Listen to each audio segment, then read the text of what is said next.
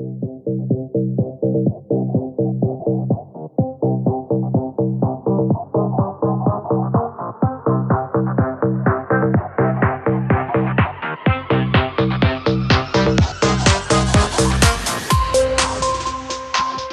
you ever wondered why someone can be a total genius at their job, like a world-class surgeon or a top-tier CEO, but then their personal life or their leadership style is just, well, a complete disaster?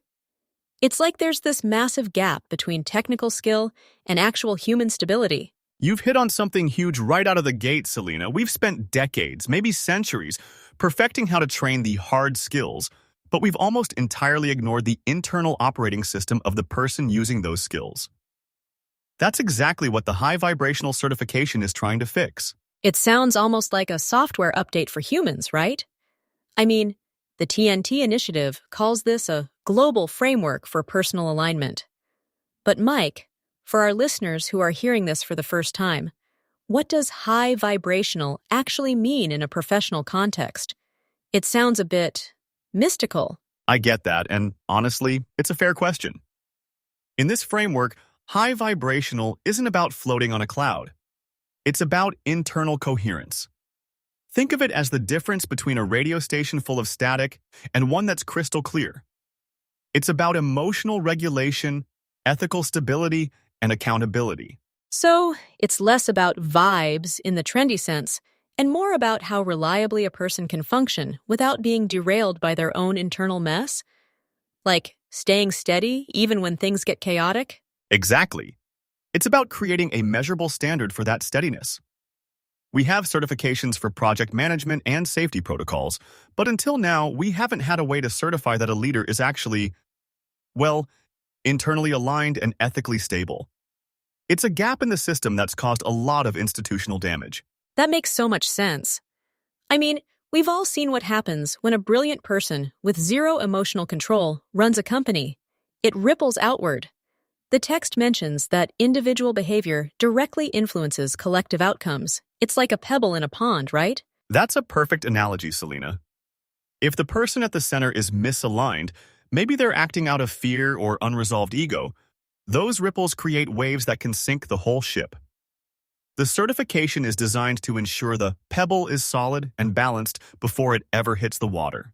Okay, so how do we actually get there? The program talks about something called the Global Ascension Journey.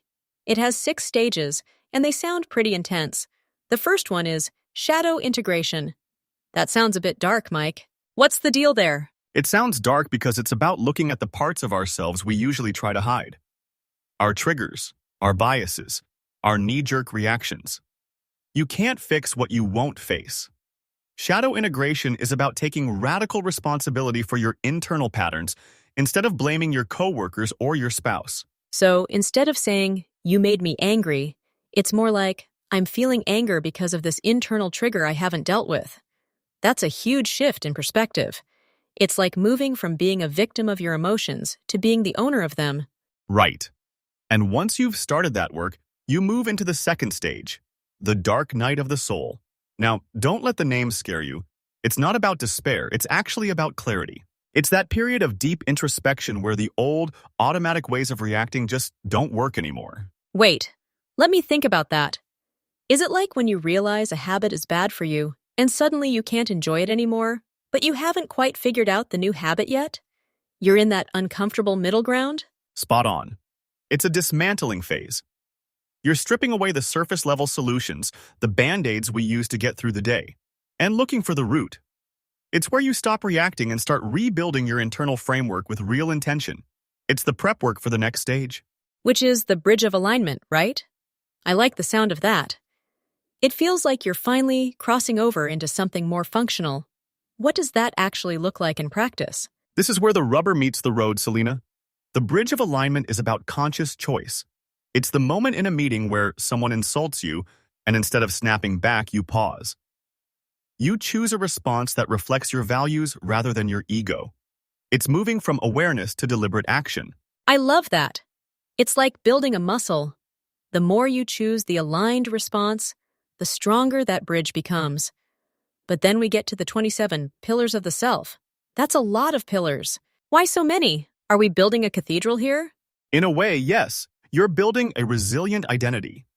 These pillars are specific qualities like self-love, self-discipline, self-respect, and self-sustainability.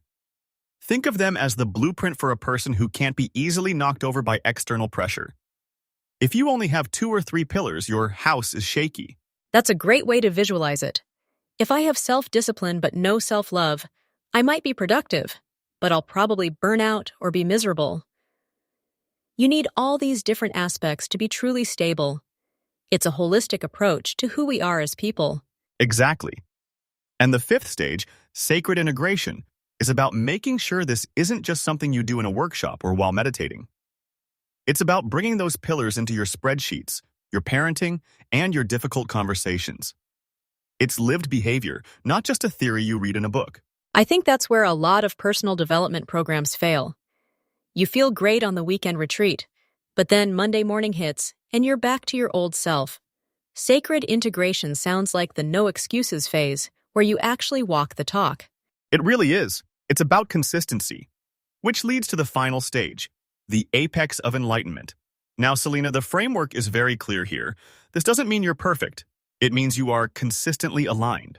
You can navigate complex, high-stress situations with composure and responsibility. So you're not a saint, you're just really reliable. Like a master pilot who can handle a storm without breaking a sweat. You still feel the turbulence, but you know exactly how to fly the plane. That's a perfect way to put it. You become an example of what integrated living looks like. And when you have people like that in leadership, the whole energy of an organization changes. It becomes more cooperative, more resilient, and frankly, a lot more productive. Let's talk about the human one-body species model mentioned in the curriculum. This sounds like a pretty radical way to view humanity. It's not just about me, it's about us as a single organism. It's a fundamental shift. The model treats humanity like a body where each individual is a cell. If one group of cells is cancerous or malfunctioning, the whole body suffers. If each cell is healthy and aligned with its purpose, the body thrives. It moves us away from hyper-individualism. Wow, so personal alignment isn't just a self-care thing. It's actually a civic duty? If I'm a malfunctioning cell because I won't deal with my emotional baggage, I'm actually making the whole body of society sick? That's a heavy responsibility, Mike. It is heavy, but it's also empowering. It means your growth matters to everyone. It gives your personal development a higher purpose. When you get certified, you're essentially saying, I am committed to being a healthy, functioning part of this collective organism. I can see how this would change a workplace. Imagine if every person in a hospital or a school viewed themselves that way. But how does this work for different industries? A doctor's stressors are very different from a corporate accountant's. That's why they have industry-specific modules. They take those core principles, like shadow integration, and translate them. For healthcare, it might focus on compassion fatigue. For public service, it might be about staying ethical under political pressure. It makes the abstract concepts very practical. And there are actual tangible benefits for the individuals, right? It's not just about feeling better. The text mentions career advancement and even increased compensation. Is this becoming a new kind of gold standard for resumes? That's the goal. Forward-thinking companies are starting to realize that a high-vibrational employee is much more valuable long-term. They don't cause drama, they don't burn out as easily, and they make better decisions. So employers are actually incentivizing this certification. It's interesting that there's all a continuous alignment program. It's not a one-and-done thing. You have to renew it every 2 years. Honestly, Mike, that sounds like a lot of work. Why not just get the certificate and put it on the wall? Because human growth isn't a destination, it's a practice. You wouldn't trust a pilot who hasn't flown in 10 years, right? The renewal process ensures that you're still doing the work. It includes updated training and reflection assessments to make sure the alignment is still, well, aligned. I suppose that keeps the integrity of the whole system. If anyone could just pass once and then go back to being a toxic leader, the certification would lose all its value. It's about maintaining a standard, like a professional license. Exactly. And for people in low-income environments, there's even a monthly stipend and discounts if they stay in the continuous alignment track. It's a way to make sure this isn't just some luxury for the elite. It's designed to be accessible to everyone who is willing to do the work. That's a really important point. High-level personal development is often locked behind a high price tag. By offering financial support, the TNT initiative is saying that everyone's alignment matters to the human one body. That's a very inclusive way to look at it. It really is. And the oversight is handled by a group called the Chosen Collective. They're the ones who keep the standards high and make sure the program doesn't get watered down as it scales globally. They're like the guardians of the framework's integrity. I'm curious about how this actually rolls out in a big organization. You can't just change a whole company overnight. The text mentions a structured timeline. Does it start at the top, or is it a ground-up thing? It usually starts with an activation period where people are introduced to the concepts. But eventually, the goal is for certification to become a requirement for leadership roles. The idea is that you shouldn't be in a position of influence over others unless you've proven you have the internal stability to handle it. That would be a game changer. Imagine a world where your boss had to be certified in emotional regulation and ethical stability. I think half the stress in the modern workforce would just evaporate. It sounds like a dream, doesn't it? But it's actually a very logical evolution. We've spent the last century optimizing machines and systems. Now, we're finally getting around to optimizing the humans who run them. It's about creating a society that is cooperative, rather than just competitive. It really shifts the definition of what competence means. It's no longer just, can you do the job? But can you do the job while remaining aligned with the well-being of the whole? It's a much more holistic way of looking at work and life. Exactly. It acknowledges that technical skill is basically a dangerous tool if it's not guided by ethical and emotional alignment. We're seeing the consequences of that all over the world right now. High-tech systems being used in very low vibrational, destructive ways. So, this certification is essentially a way to ensure our internal development catches up with our external technology. It's like we've been driving a Ferrari with the emotional maturity of a toddler, and the TNT initiative is finally giving us the driver's manual. Haha. That's a pretty vivid image, Selena, but it's not far off. The goal is to create a more stable, resilient global society. When individuals take responsibility for their own vibration or alignment, the collective stability increases exponentially. I love the aha moment here. It's that my personal peace and my professional integrity aren't just for me. They're my contribution to the world. It makes working on yourself feel less like a hobby and more like a mission. It really is a mission. And the beauty of it is that it's measurable. It's not just a feeling. Through the stages and the pillars, you can actually track your growth. You can see yourself moving from those unconscious patterns into a state of conscious, integrated living. Let's go back to those 27 pillars for a second. Can we talk about one specifically? Like self-sustainability. In a world that's so interconnected, what does it mean to be self-sustainable in an internal sense? It means your emotional well-being doesn't depend on external validation. If your boss doesn't praise you today, or if a project fails, you don't crumble. You have an internal battery that keeps you powered up. You're not constantly plugging into other people for energy or approval. Oh, wow. I think a lot of us are energy vampires without even realizing it. We're always looking for that next like or that next good job to feel okay. Being self-sustainable sounds incredibly freeing, but also a bit lonely? Or am I looking at it wrong? Actually, it's the opposite of lonely. When you're self-sustainable, you can truly connect with others because you don't need anything from them. You're not using them to fill a hole in yourself. Your relationships become about sharing and cooperation rather than taking and needing. That's a massive distinction. It's the difference between two people leaning on each other so they don't fall over, and two people standing tall side by side. The latter is a much stronger foundation for a team or a community. Exactly. And that's at the heart of the human one-body idea. A body is only healthy if the cells are self-sustaining, but also working together. If a cell starts taking resources it doesn't need, or if it stops doing its job because it's unhappy, the whole organ struggles. It's such a powerful way to frame it. I'm also interested in this divine governance concept mentioned in the curriculum. That sounds like a big jump from personal alignment to how we govern society. What's the connection there? It's about the principles of leadership. Divine governance in this context isn't necessarily about religion.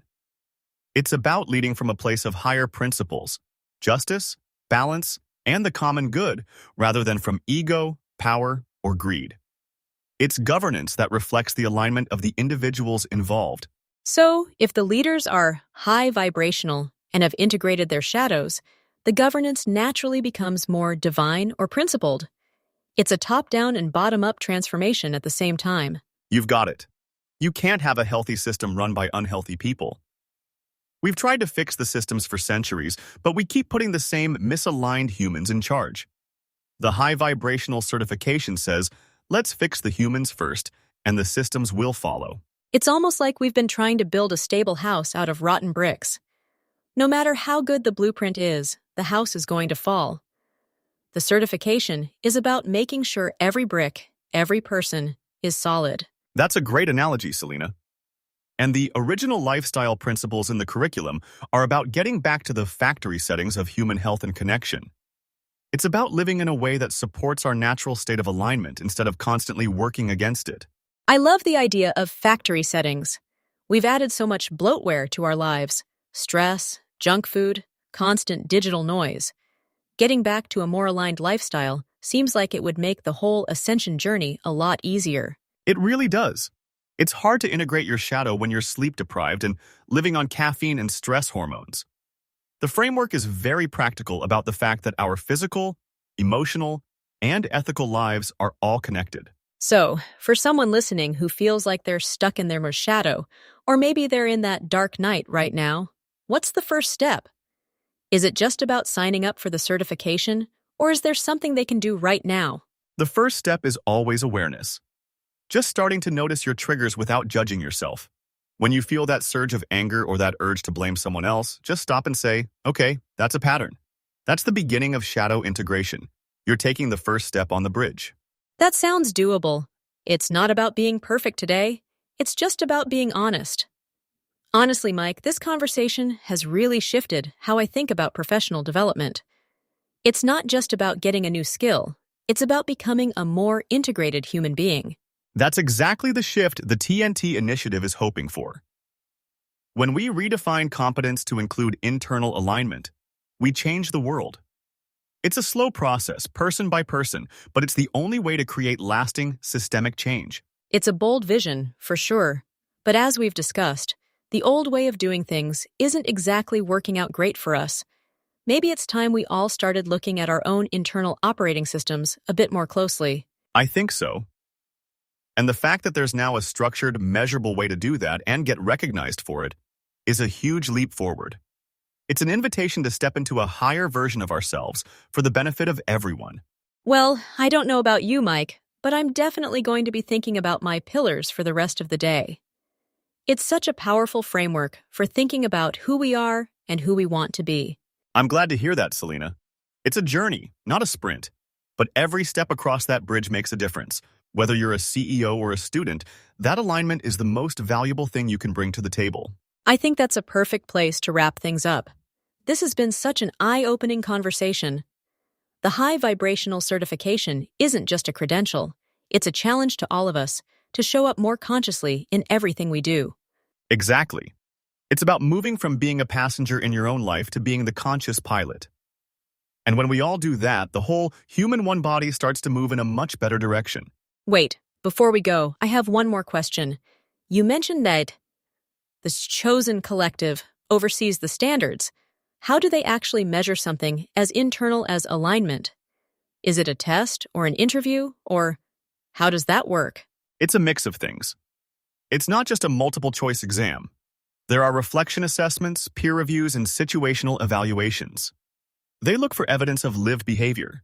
It's about demonstrating that you can actually apply the principles when things get tough, not just when it's easy. That makes sense. It's like a stress test for your character.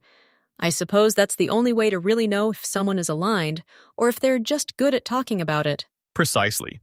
The framework is designed to filter out the performative and focus on the authentic. It's a high bar, but that's why the certification carries so much weight. It's a real indicator of who a person is at their core. It's fascinating. Mike, thank you so much for breaking this all down for us. I feel like I have a much clearer picture of what the High Vibrational Certification is all about. It's really about building a better world by building better versions of ourselves. You've got it, Selena. It's been a pleasure talking about it. It's a topic I'm really passionate about, and I think it's a conversation we're going to be having a lot more often in the coming years. I think you're right. And to our listeners, thanks for joining us on this journey today. Maybe take a moment to look at your own pillars. Which ones are strong, and which ones might need a little work? It's a great place to start. Definitely. And remember, even the strongest bridge starts with a single stone. Don't feel like you have to reach the apex overnight. Just focus on being a little more aligned today than you were yesterday. Great advice, Mike. Thanks again, and we'll see you all next time. Looking forward to it, Selena. Take care, everyone. Actually, Mike, one last thing. I was thinking about the apex of enlightenment again. It's so interesting that it's framed as consistently aligned rather than perfect. That feels so much more human. It's crucial that it's framed that way. Perfection is a trap. It's a rigid state that usually involves a lot of suppression. Alignment is dynamic. It's like a dancer. They're constantly making tiny adjustments to stay balanced. That's what true enlightenment looks like in the real world. A dancer. I love that. It's active. It's not sitting on a mountaintop. It's navigating the dance floor of life with grace. That feels like something we can all actually aim for. Exactly. It's about presence. Being fully there for whatever life throws at you, and responding from your highest self rather than your oldest fears. That's the goal of the whole journey. Well, on that note, let's go out and do some dancing. Thanks for the deep dive, Mike. Anytime, Selena. Let's keep the vibration high. Absolutely. See you all in the next episode. Bye, everyone. Wait, Mike. I just realized we didn't touch on the sacred part of sacred integration. Does that imply a spiritual element, or is it sacred in a more secular way? It's sacred in the sense of something being worthy of deep respect and commitment. It's the idea that our lives and our impacts on others are not trivial. When you treat your work and your relationships as sacred, you bring a level of care and integrity that you just don't get if you're just punching the clock. I see. So it's about the quality of attention you bring into things. Like, if I treat this conversation as sacred, I'm listening more deeply and responding more thoughtfully. It's about reverence for the process of living. Precisely. It's about moving away from the disposable culture where we treat people and jobs as interchangeable parts. Sacred integration means you recognize the inherent value in everything you do. It's a very grounded, practical kind of holiness. That's a beautiful way to look at it. It really ties everything together: the personal growth, the professional excellence, and the collective responsibility. It's all one thing. It really is. And that's the power of the framework. It doesn't let you compartmentalize your life. It forces you to be the same aligned person everywhere you go. That's where real power comes from. And that's the real high vibration. Mike, thank you again. This has been a truly enlightening conversation. I'm going to go reflect on my own sacred integration now. Me too, Selena. It's a daily practice for all of us. See you soon.